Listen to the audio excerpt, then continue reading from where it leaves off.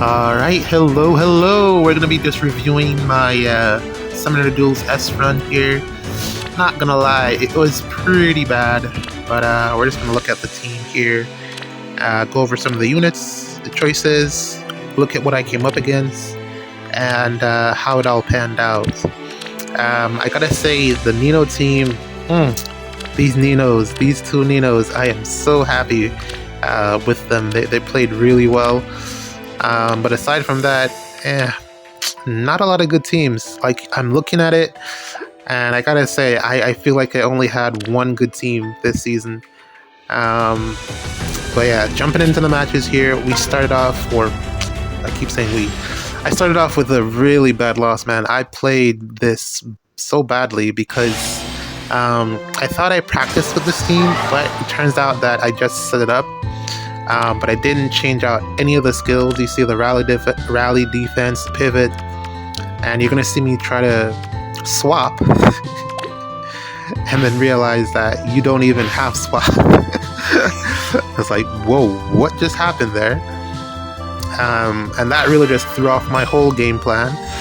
And then you're gonna see me try to reposition here at some point. Hold up, where is it? Yep. That was supposed to be a reposition, but as you can see, that did not happen. And yeah, I literally just threw the match. I was I was gone. My head was completely gone at this point. So there really was, as much as I tried here, there really was no coming back. So I had to just give up on that one. Yeah, really rage-inducing. And then we jumped into this next match here. I mean, like, what is this even? Like, it's 4 a.m. in the morning. 4 a.m. in the morning.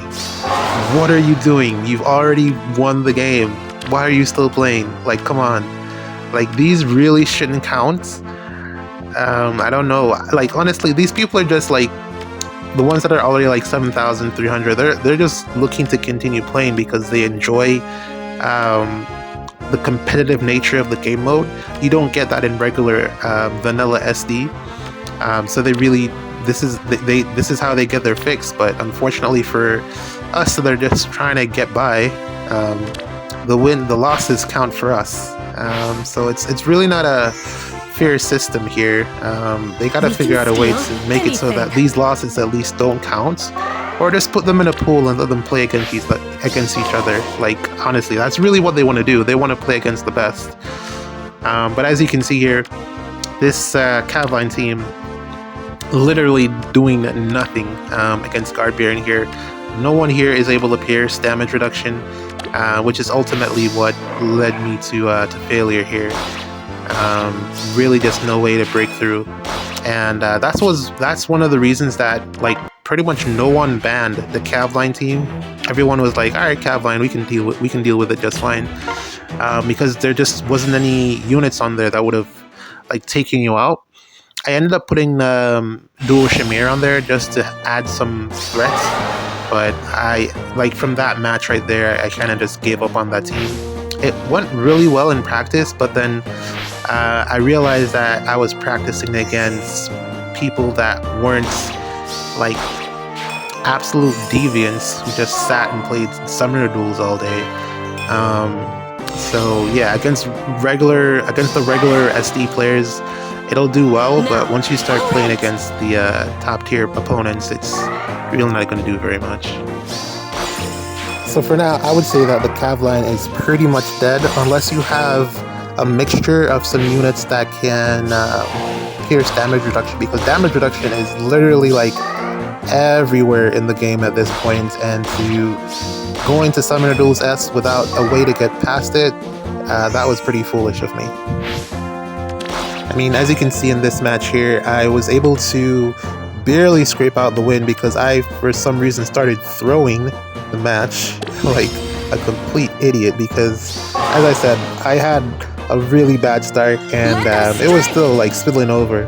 I literally like just finished making the teams, so I was like, all right, let's just try to get this over with, and I just didn't give myself enough time to make sure that everything was set up properly. So a lot of it was pretty rushed. But I mean, it's the last day, and I just didn't want to get into a situation where I ended up not playing. Because I do really enjoy Summoner Duels S. It's just, it's time consuming. And a lot of these people that you're playing at the top levels, they spend literally all of their time playing this game mode. So it's tough to compete against that with minimal effort sometimes. A lot of times you're just like better than some of them. It's just that the openings are like so, you win or lose based off your opening a lot of the times, and because they've practiced so much, it's a hard gap to cover for. As you can see here, I am just trying to do my best here to get rid of the units when I can, and man, I'm not gonna lie, this Atsu Nino is really, really good. I was trying to get extra copies of her, but I ended up getting a bunch of Ganinga gaps for whatever reason that I have no idea what to do with. So yeah, but this Nino is really good, and also I can't stop saying how great Dual Mark is for Summoner Duels S. He is absolutely top tier. I have like no merges on this guy, and he demolishes a lot of things, and I'm very happy that I pulled him. One of my favorite games as well, so really, really happy about Baby Mark there.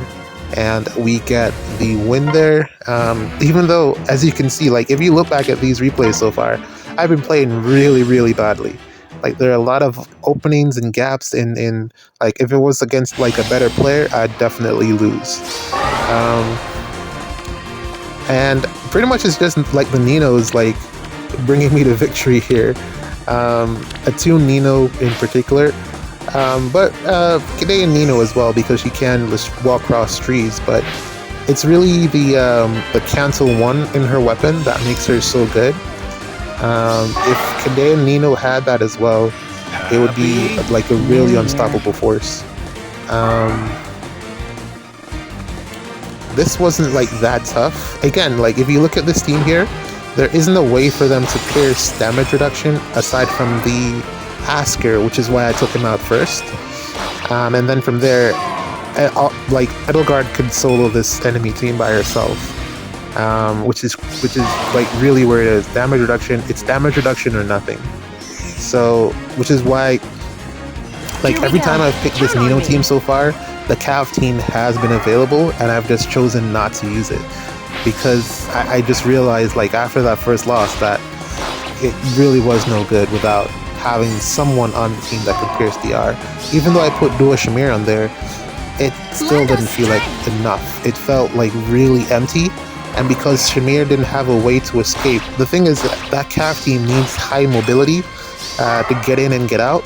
So because Shamir didn't have a way to get out, because I don't run Kanto on her, I run a low, so because I don't run cancel on her, she's pretty much just going to get stuck up there once she attacks.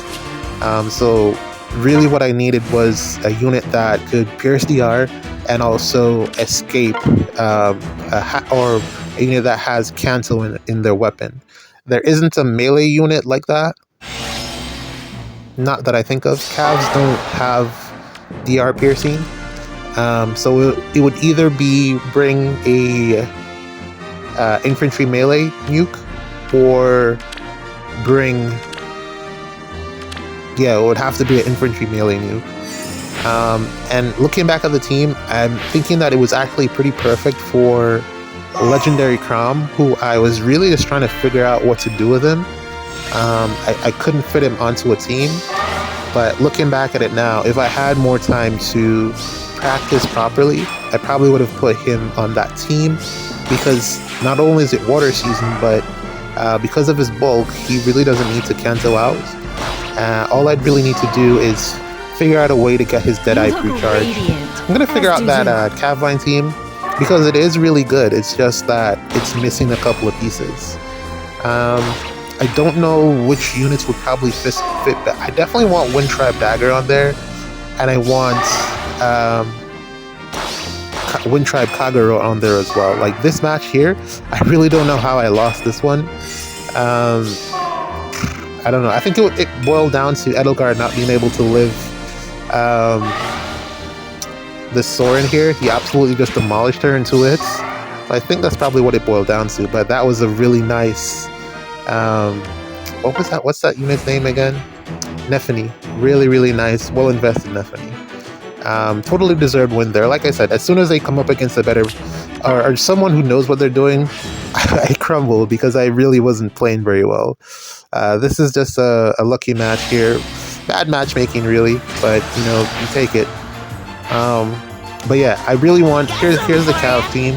I really want to keep Wind Tribe Dagger on there, Wind Tribe Kagero, and Wind Tribe Dagger. Those two are pretty much key to the team working.